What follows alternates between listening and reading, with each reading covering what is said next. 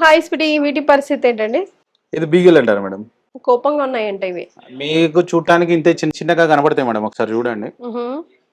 వీటి ఫాదర్ వచ్చేసి మంచి imported lineage madam. Okay. Direct గా థాయిలాండ్ నుంచి ఇంపోర్ట్. ఓహో! ఫాదర్ మదర్ రెండు కేసే మేడం. చాలా హెవీ సైజు, హెడ్ మీద మీకు రింకిల్స్ వస్తూ ఉంటాయి. ముసలి స్కిన్ లాగా. సో అది మనకి చెప్పుద్ది అనమాట క్వాలిటీ ఎట్లా ఉంది పప్పీస్ అని. ఓ. రింకిల్స్ అట్లా వచ్చిన దాన్ని బట్టి క్వాలిటీ ఉంటది. మార్కింగ్ కూడా మేడం, హ్మ్. మీకు ఒరిజినల్ బీగిల్ మార్కింగ్ ఎట్లా ఉండాలో చూపిస్తాను చూడండి ఒకసారి మీరు. హ్మ్.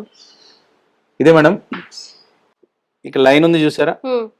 ఈ లైన్ కొన్ని నాటికి ఉంటాయి, కొన్ని నాటికి ఉండవు. అది ప్రాబ్లం కాదు. సో ఇయర్ ఉంది చూడండి, హ్మ్. ఇయర్ మనకి హెడ్ మొత్తం ఒకటే లెవెల్లో ఉండాలి. ఓ.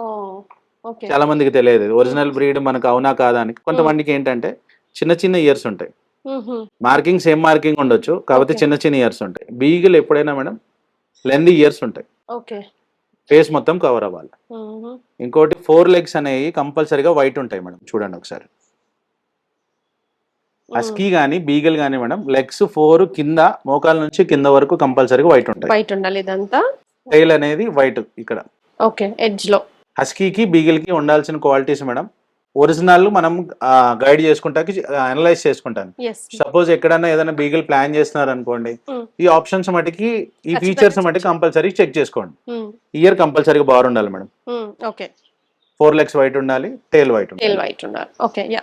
సో ఇప్పుడు ఇది ఎంత హైట్ వరకు వస్తుందండి? ఇది చిన్న బ్రీడ్ మేడం, మనకు 1 feet వస్తుంది మాక్సిమం. 1 feet మీద ఏమన్నా ఒక 2-3 inches పెరుగుతుంది అంతే. అంతే.